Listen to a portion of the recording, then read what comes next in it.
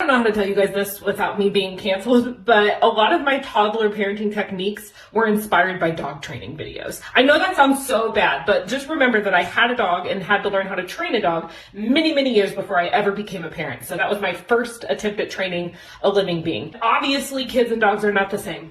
And I'm not saying that we're going to kennel our kids, okay? But here's what I mean. So in 2012, I was watching these Cesar Millan training videos. And that's another reason that people are going to get mad at me. I know that like a lot of people do not like him anymore. In 2012, there was like no training videos except for his on the internet, okay? So that's what we watched. It was a very long time ago. But there are two things about the training that stuck with me, and I applied them to teaching and I applied them to parenting my toddlers. One, Cesar always said when you're training a dog, you have to do exercise, discipline, then affection. I do not do that with humans, right? Like affection first, always. But what I got from that is that you have to meet basic needs. And I take that and I apply that to my kids. So my toddler, if he's having a meltdown, my first thought isn't, oh my gosh, he's such a bad kid. No, my first thought is, what basic need do I need to meet? Is he hungry? Is he tired? Does he need exercise?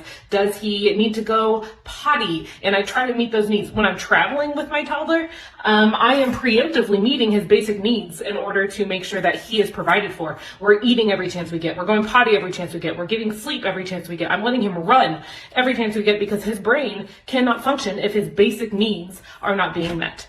That's number one. Number two is setting his space up for success. And I did this in my classroom too. There was this Cesar episode where he was talking about that a dog is a dog. And if you put a raw steak on the counter, that's not setting your dog up for success. Yes, we don't want our dogs to counter surf, but like, why not help him out and set his space up for success? And I think about that with my toddler too. If I don't want my kids to break the precious heirloom I have, why would I put it within reach of my child? No, I want to set him up for success. I want to set the boundaries in the rooms and the space up for them to succeed. It's the same thing with teenagers, right? Why would I set up my classroom to force them into making good choices all the time, where I could just set up my classroom and my rules and my expectations to make it easier for them to succeed? So that is what I mean when I say dog training helped my parenting philosophy. One, basic needs first.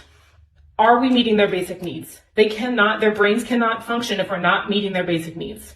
Two, am I setting them up for success? Are we setting our kids' spaces up for success, or are we expecting them to make the harder good choice all the time? So that is what I mean when I say dog training helped my parenting philosophy. Please just take it for what it is.